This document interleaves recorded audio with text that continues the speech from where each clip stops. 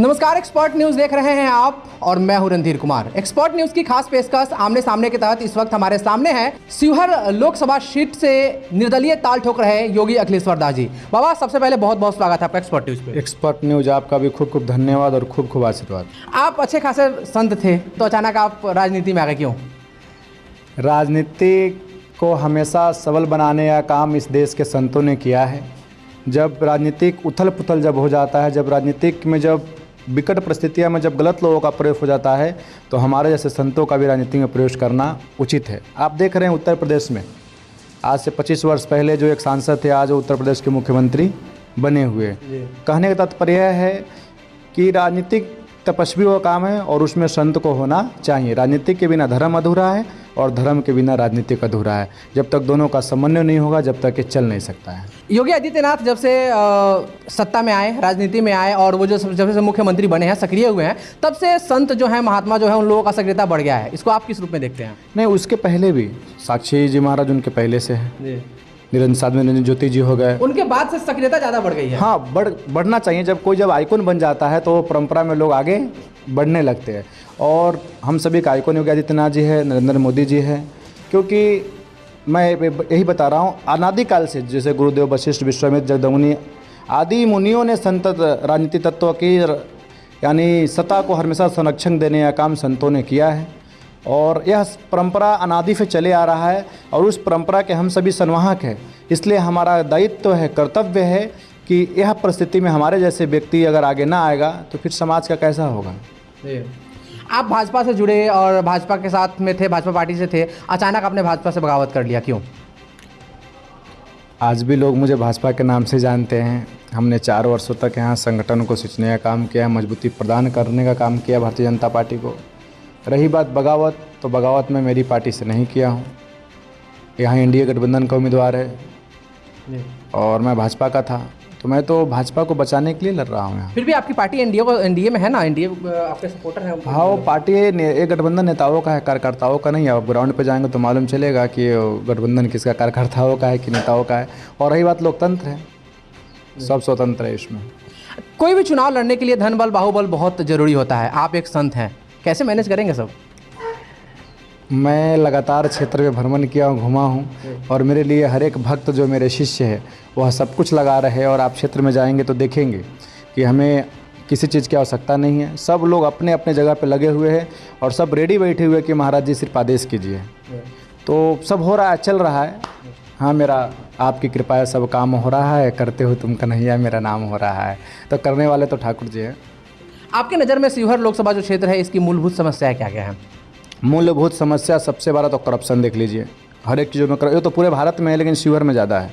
आप ढाका से शिवहर जाएंगे, जहाँ हम लोग बैठे हुए ढाका में अभी, और शिवहर जब जाएंगे बेलवा घाट होकर, तो आपकी गाड़ी जब चलेगी तो आप मतलब शीशा आपको दिखने नहीं देगा बाहर में वो क्या दिख रहा है, यानी पूरा धूल से भर जाएगा। यह परंपरा बहुत पुरानी चली आ रही है, अभी तक नहीं हुआ है। और बरसात में तो आप गाड़ी लेके जा ही नहीं सकते हैं। खोरी पाकर पुल देख लीजिए, अदौरी का अक्ता चकवा देख लीजिए, सब रीगा चीनी मिल जो वर्षों से बंद हो रहा है। मेडिकल की कोई सुविधा नहीं है। अगर आप वहाँ पर अगर कोई एक्सीडेंट होता है, कोई तबीयत सीरियस होता है, तो तुरंत आपको मुजफ्फरपुर ले जाना पड़ेगा, नहीं तो पटना ले जाना पड़ेगा। यानी वहाँ पर आपको ऐसा सुविधा नहीं मिलेगा कि तत्काल आपको वहाँ से थोड़ा आपको आराम प्रदान करे। रोजगार की समस्या है, लोग बाहर जाते हैं। तो समस्या तो बहुत सारी चीज़ है, लेकिन अभी अगर इस विषय पे अगर मैं वार्तालाप करता हूँ, बात करता हूँ, तो लोग यह बोलेंगे महाराज चुनाव में हैं तो बहुत सारे वादे कर रहे हैं, लेकिन हम वादे नहीं, हम उस पर काम करेंगे। आपने समस्याएं तो बता दी। अगर जनता यहाँ की आप पे विश्वास करती है, आपको सांसद बनाती है, तो किन चीज़ों पे आप प्राथमिकता देंगे? मुझे पूर्ण विश्वास है 1001% कि शिवहर के जनता ने मूड बना लिया है। यहाँ की लड़ाई इस बार जातीय समीकरण का नहीं है, पार्टी का नहीं है, क्योंकि दोनों पार्टियों ने अपना उम्मीदवार बाहरी दिया है। और शिवहर की लड़ाई बाहरी भगाओ और शिवहर बचाओ की लड़ाई है, लोकल फॉर वोकल की लड़ाई है। शिवहर का बेटा ही शिवहर का नेता बनेगा, इसी बिंदु पे शिवहर की लड़ाई है। इस बार शिवहर जीतेगा, शिवहर का बेटा जीतेगा और शिवहर का बेटा ही शिवहर का नेता बनेगा। आपके सामने 2 दिग्गज हैं, एक महागठबंधन से है और दूसरी एनडीए से ही। तो दोनों दिग्गज हैं, आप राजनीति में अभी नए आए हैं, कैसे होगा मुकाबला? राजनीति में मैं नया आया हूँ, लेकिन राजनीति का मुझे अनुभव काफ़ी ज़्यादा है।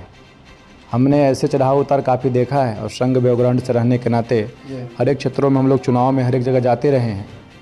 तो मुझे नहीं लग रहा है कि ये मुझ पे भारी पड़ पाएंगे, क्योंकि इस चुनाव रणनीति से लड़ा जाता है। वह रणनीति मेरे पास है और ऐसे मेरे पास लोग हैं कि वह रणनीति पे काम कर रहे हैं। जब बक्सा खुलेगा तो आपको मालूम चलेगा। बस इतना ही बताऊंगा कि जो भी कोई आएगा उसको योगी अखिलेश्वर दास यानी शिवहर से लड़ना पड़ेगा। इस बार की लड़ाई लोकल फॉर वोकल का है।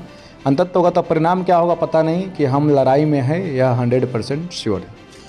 आप काफ़ी दिनों से क्षेत्र में सक्रिय हैं और घूम रहे हैं, किस तरह जनता का सपोर्ट मिल रहा है? जनता तो फुल समर्थन में आवाज़ उठ रही है। जो नहीं, जहाँ मैं नहीं गया सिर्फ बाबा जी को यहाँ लाइए, हम लोग वोट देंगे। यानी लोगों में एक ऐसी जागरूकता है कि बाहरी भगाओ शिवहर बचाओ। और मैं बार बार सबसे कह रहा हूँ, अगर इस बार शिवहर अगर धोखा खा गया तो आने वाला 15 साल फिर धोखा खाएंगे। शिवहर नेता विहीन हो जाएगा। फिर ऐसे नेता नहीं मिलेगा कि आपके दुख को, दर्द को समझ सके, जिसके साथ आप बैठ सकें। आपके सामने रितु जायसवाल और लवली आनंद होंगी, अपना मुकाबला किससे मानते हैं आप? मैं मुकाबला दोनों में किसी से नहीं मानता हूँ। वो दोनों का मुकाबला मुझसे हो सकता है, लेकिन मेरा मुकाबला दोनों में किसी से नहीं है। क्योंकि ये दो लोग समीकरण से लड़ेंगे, एक स्वर्ण को लेकर लड़ेगा, एक वैश्य को लेकर लड़ेंगे। यहाँ की लड़ाई स्वर्ण और वैश्य का नहीं है। और मैं साधु हूँ, इसलिए मेरी कोई जाति नहीं है, मैं सब में आ जाता हूँ। तो मुझे सब समाज का वोट है। मैं हिंदुत्व को रक्षा के लिए, सनातन को मजबूत करने के लिए और मेरी भगवा झंडा को लेकर मैं शिवहर में घूम रहा हूँ। जय श्री राम का हमारा नारा है, हिंदू राष्ट्र की नारा है, भारत महान हो यह नारा है। विकास की काम होगा, उससे पहले हमारा राष्ट्र मजबूत होगा, आध्यात्मिक मजबूत होगा। शिवहर को पता है कि बाबा आएंगे तो शिवहर का हर एक व्यक्ति, बाबा जीतता है तो शिवहर का हर एक व्यक्ति सांसद होगा। बाबा जीतेगा तो शिवहर में विकास की गंगा बहेंगी। बाबा जीतेगा यानी शिवहर का विश्वास जीतेगा। इसलिए मेरी लड़ाई उन सभी से नहीं है और मेरी कंपेयर उनसे हो नहीं सकता। उन लोगों के पास बहुत कुछ है, सारे समीकरण हैं। मेरे पास सिर्फ सनातन का समीकरण है, हिंदुत्व का समीकरण है और मेरा वोट हर एक समाज में है। इसलिए मैं पुनः बोलूँगा, हमारी लड़ाई उन दोनों से नहीं है। वो दोनों का लड़ाई हमसे हो सकता है, लेकिन हमारा उनसे नहीं है। जब आप सांसद के प्रत्याशी के रूप में आप आ रहे हैं तो जनता जो है वो आपके पर्सनल जीवन के बारे में भी जानना चाहेगी। आप अपने पर्सनल जीवन के बारे में कुछ बताइए। पर्सनल जीवन, यही ढाका मेरा जन्मभूमि हुआ, रामचंद्र ढाका, आज़ाद चौक पे ही। शिक्षा दीक्षा मेरा अयोध्या से हुआ, गुरु स्थान भाग्यनगर हैदराबाद हुआ। और जहाँ मैं रहता हूँ परभनी बालाजी श्री राम मंदिर, परभनी महाराष्ट्र में, वहाँ का मैं महंत हूँ।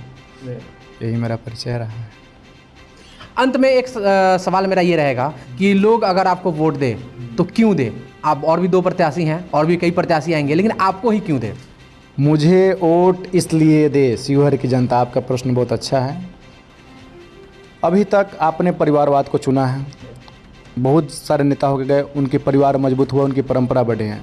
दोनों कैंडिडेट जीतेंगे तो उनकी परिवार मजबूत होगा, उनकी परंपरा बढ़ेगी, उनके परिवारवाद में बहुत कुछ आएंगे। लेकिन मैं जीतूंगा तो शिवहर जीतेगा, शिवहर में विकास होगा, क्योंकि मेरे आगे नाथ नहीं पीछे पगा। शिवहर को पता है और उत्तर प्रदेश को सब देख रहे हैं, कंपेयर कर रहे हैं लोगों कि बिहार में शिवहर में क्या हो सकता है। इसलिए शिवहर की जनता मुझे इसलिए वोट करे। आप बार बार ठगाए हैं, अगर आपको लगता है कि एक बार और ठगाना है तो मेरे जैसे महात्मा से ठगा कर देखिए। मैं आपको विश्वास दिलाता हूं कि 5 वर्ष बाद आपके पास मैं वोट मांगने के लिए नहीं आऊँगा, मैं आपके सुख दुख में आऊँगा। लेकिन आपके लिए मैं इतने कार्य करूँगा कि आप सभी योगी अखिलेश्वर दास बनकर घूमेंगे और बोलेंगे महाराज जी आप बैठिए, हम आपका चुनाव लड़ रहे हैं। विश्वास कीजिए, एक बार सबको देखा बार बार, योगी अखिलेश्वर दास को एक बार, आप सभी ने बार बार दलियों को वोट दिया है। इस बार एक निर्दलीय व्यक्ति को जिताकर सदन में भेजिए और देखिए कि आपके हित के लिए वो क्या करता है। बहुत बहुत धन्यवाद। आपका भी खूब खूब। तो अभी आप देख रहे थे कार्यक्रम आमने सामने एक्सपर्ट न्यूज़ के साथ। अभी के लिए फिलहाल इतना ही। आप बने रहिए हमारे साथ और देखते रहिए एक्सपर्ट न्यूज़, आपकी आवाज़। नमस्कार।